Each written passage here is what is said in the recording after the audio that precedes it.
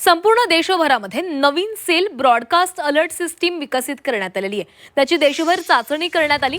आपत्तीच्या काळात नागरिकांना तत्काळ सूचना देण्यासाठी ही प्रणाली तयार करण्यात आलेली आहे। या चाचणी दरम्यान नागरिकांच्या मोबाईल स्क्रीनवर अचानक एक आपत्कालीन सूचना देण्यात आली। या सूचनेसोबत एक मोठा विशिष्ट आवाज किंवा तीव्र व्हायब्रेशन देखील आले। हा केवळ एक टेस्ट मेसेज असेल, ज्याचा उद्देश यंत्रणेच्या कार्यक्षमतेची तपासणी करणे हा आहे। त्यामुळे नागरिकांनी घाबरून जाऊ नये असं आवाहन केंद्र सरकारकडून करण्यात आले।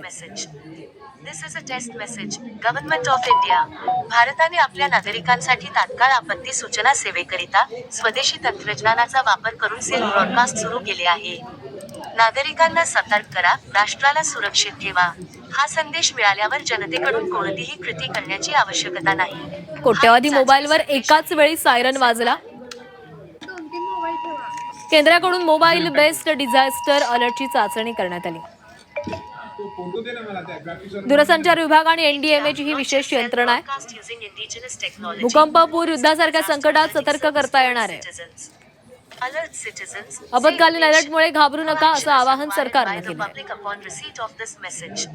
युद्धाच्या काळात, आपत्तीच्या काळात, आणीबाणीच्या काळात प्रत्येक व्यक्तीच्या मोबाईलवर त्याच्या भाषेमध्ये आता आपल्याला अलर्ट देता येणार आहे।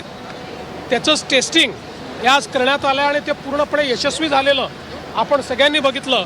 आपल्या प्रत्येकाच्या मोबाईलवर त्या ठिकाणी अलर्ट आला, मेसेज आला, सगळ्या भाषांमध्ये तो आला। त्यामुळे मला असं वाटतं की भारताने डिझास्टर प्रिपेअर्डनेसमध्ये किंवा युद्धजन्य परिस्थितीमध्ये जो प्रिपेअर्डनेस आहे त्यामध्ये अतिशय उत्तम अशा प्रकारची कामगिरी केली आहे।